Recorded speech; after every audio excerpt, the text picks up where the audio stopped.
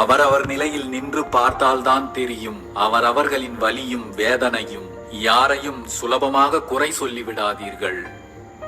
பாகற்காயை பாலும் தேனும் ஊற்றி வளர்த்தாலும் அதன் கசப்புத்தன்மை மாறவே மாறாது.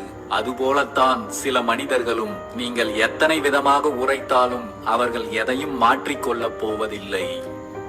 அமிர்தமே ஆனாலும் மனம் விரும்பினால்தான் இனிக்கும், இல்லை என்றால் அதனால் யாருக்கும் ஒரு பயனும் இல்லை.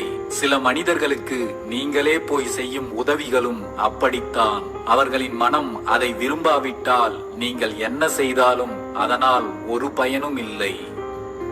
உங்கள் இதயத்தை யார் காயப்படுத்தினாலும் கலங்காதீர்கள். அந்த இதயத்தை படைத்த இறைவனுக்கு தெரியும் அதனால் எவ்வளவு சோதனைகளை தாங்கிக் கொள்ள முடியும் என்று.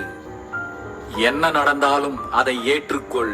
இன்பம் துன்பம் எது வந்தாலும் எதற்காகவும் இழக்கவே கூடாத உன் மன அமைதியை மட்டும் இழந்து விடாதே.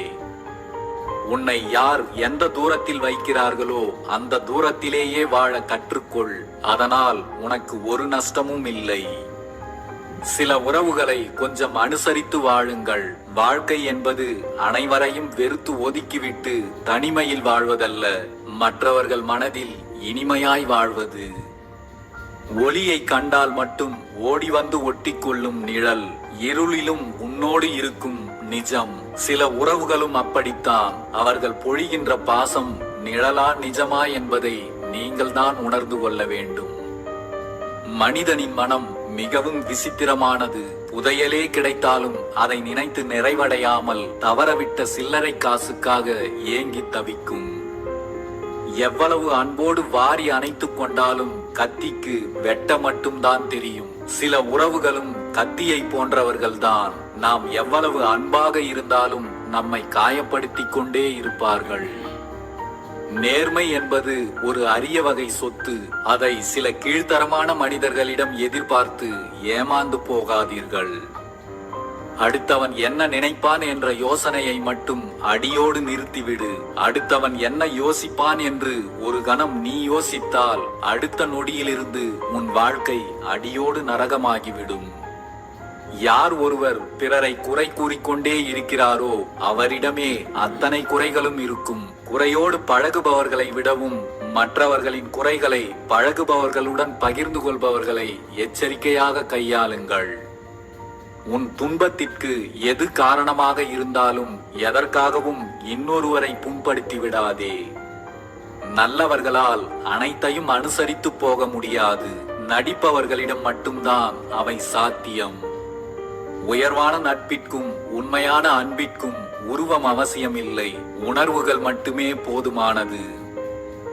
நம் கோபத்தை தூண்டி நம்மை பேச வைத்து நம்மையே குற்றவாளியாக்கும் நம் பிரியமானவர்களுக்கு நாம் மௌனத்தை பரிசளிப்பதே மிகவும் சிறந்தது. வீட்டுக்குள்ளேயே இருந்தாலும் விட்டு விலகி தொலைவில் இருந்தாலும் உண்மையான அன்பு மாறுவதே இல்லை. உண்மையான உறவுகளின் அன்பு கிடைக்கும் போதே பெற்றுக்கொள்ள தவறிவிட்டால் நீ தேடும் போது அது கிடைக்கவே கிடைக்காது.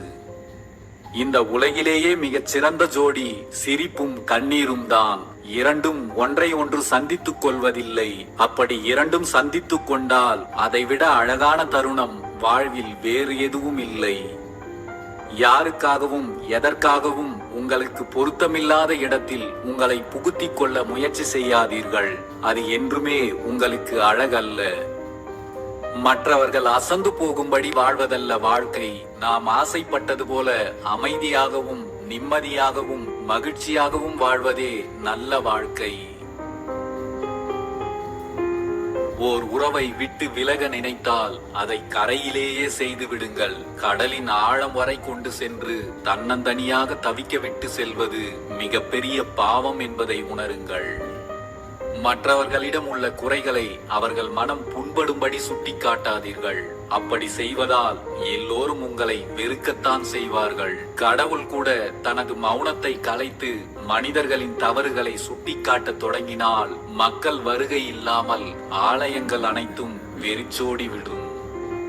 எதற்கெடுத்தாலும் கண்ணீர் சிந்துவதை நிறுத்திவிடு, அல்லது உன் கண்ணீரை துடைப்பதற்கு இன்னொருவரை தேடுவதை நிறுத்திவிடு. துடைக்க யாரும் இல்லாத தருணங்களில் எல்லோர் முன்பும் வரும் கண்ணீர் கூட நமக்கே துரோகியாய் மாறிவிடும். சில பதில் தெரியாத கேள்விகளுக்கு மட்டுமல்ல, பதில் சொல்ல விரும்பாத சிலருக்கும் நாம் கொடுக்க வேண்டிய சிறந்த பதில் அமைதி மட்டுமே.